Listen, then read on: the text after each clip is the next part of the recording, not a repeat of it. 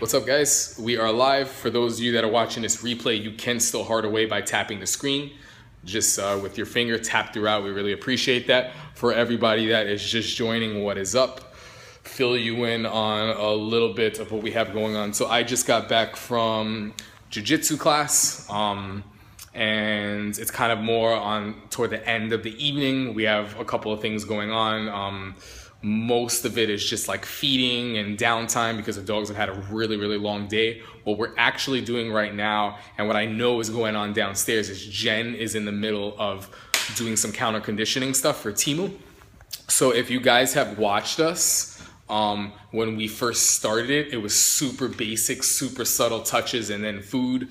If you haven't watched it, on katch.me, KATCH.me, you can see when we did our first counter conditioning stuff. So we're a little bit further along. Obviously, we want to keep you up to date with what's going on. So I'm going to flip this over. We're going to head on downstairs. There might be a little bit of initial whining and concern because Timo doesn't know I'm coming down.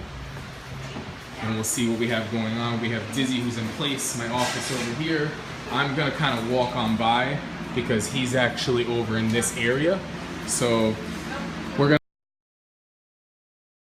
nonchalant, but you can see right now he's getting a little bit like bratty because he wants to see who it was that just came down. The only way he gets fed is through petting and feeding and all that stuff.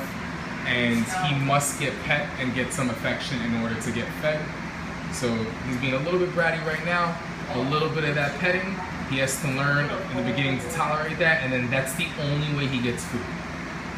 Right? So he finally looks over to see who I am. She's gonna get back into a little bit of a rhythm, sit him, down him. And as you guys know, this is the guy that,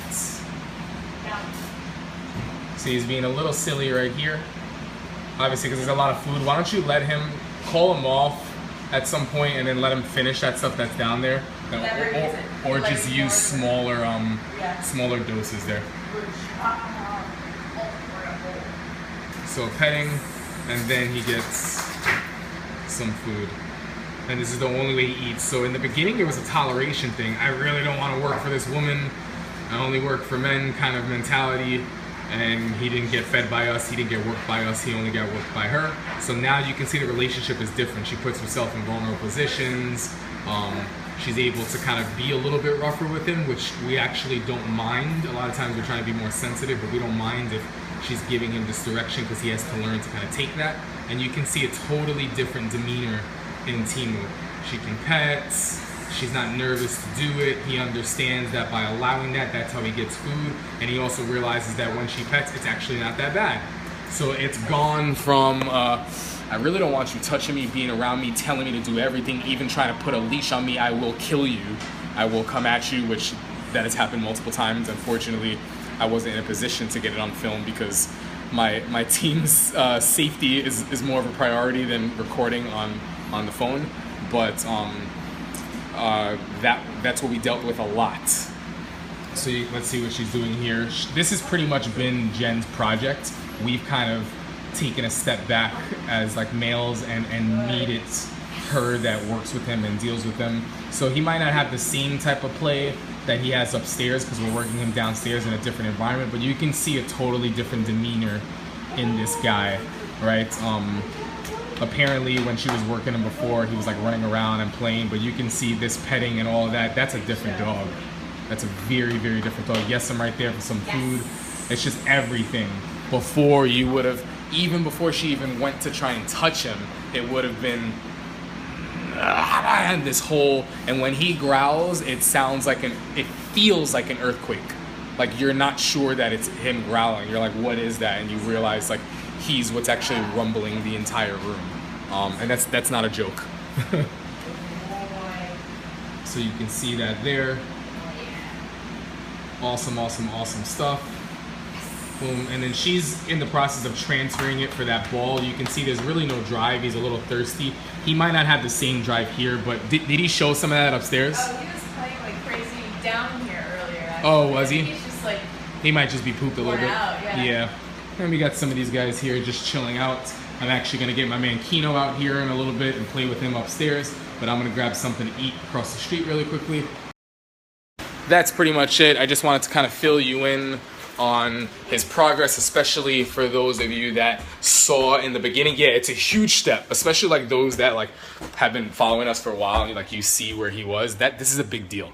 By food or a snap from stress of not getting, well then you're not being clear if that's happening. If dogs are acting that way, you got to slow it down a little bit. Your movement, things aren't, this might be hard to hear because it might seem like things are being done right, but it's not congruent. Like your body's not speaking clear, your leash, something is off. The same way, but he gets stressed around for does he take food? Because if he's getting, this is the thing, if he's getting stressed around food, he's not eating. He's got to learn to kind of relax. So you got to break it down a little bit more and really, really think, okay, how can I break this down so that this can be clear? Because if he's just getting stressed and he's kind of doing that, you got to slow everything down more. If the dog's getting anxious and is getting really, really worked up, slow it down.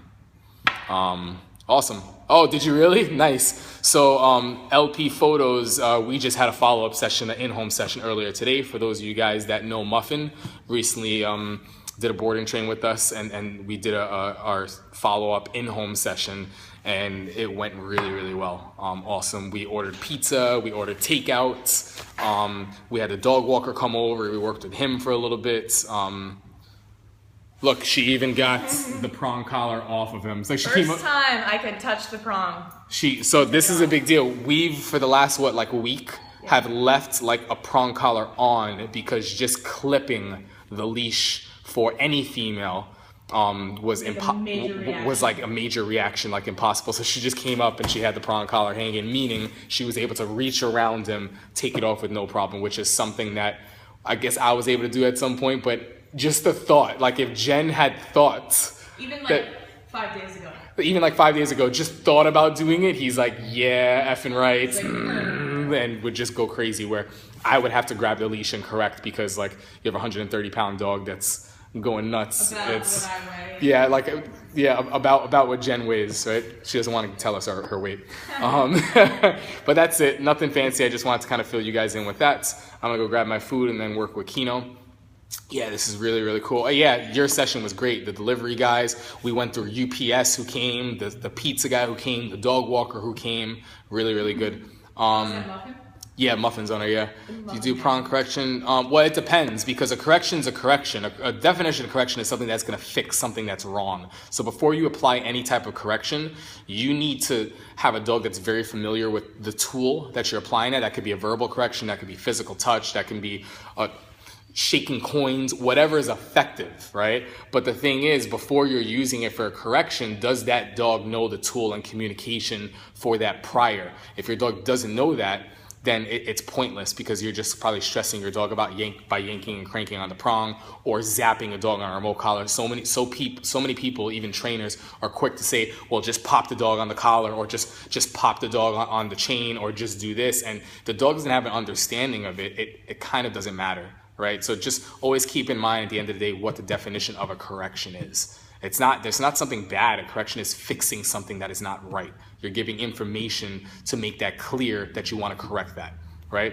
Oh, she'll just put the prong collar back on him.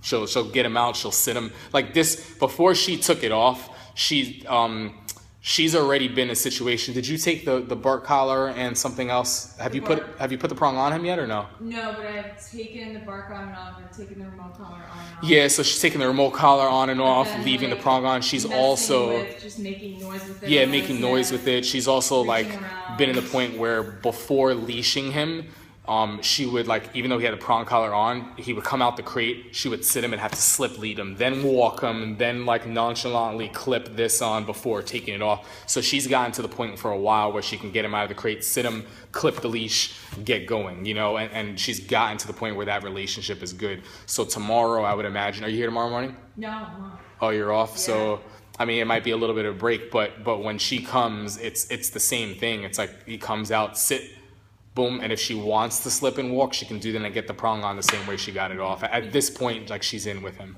Yeah, I think so. Yeah. I did a lot of, like, earlier today I was doing, like, crate manners practice, so going in, sitting him, and actually reaching into the crate and feeding.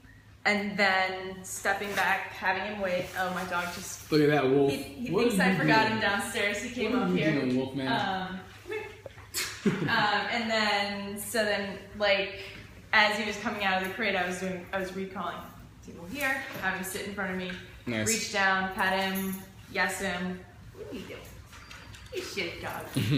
So there's been a lot of like Awesome. prep work for, you know, Awesome. this tiny little step. Yeah, with tiny little step is a big deal. So that's what I mean about backtracking. Like, she wasn't getting into other stuff. Like, it was as simple as, like, you're going to learn to get this on and off. Just to get him to go to the bathroom. Yeah, To yeah. get him outside, period. Yeah. So that's pretty much it. You guys have been able to see the progress. If you're not familiar with it, just go check out Catch.me. You can find that very first counter conditioning video.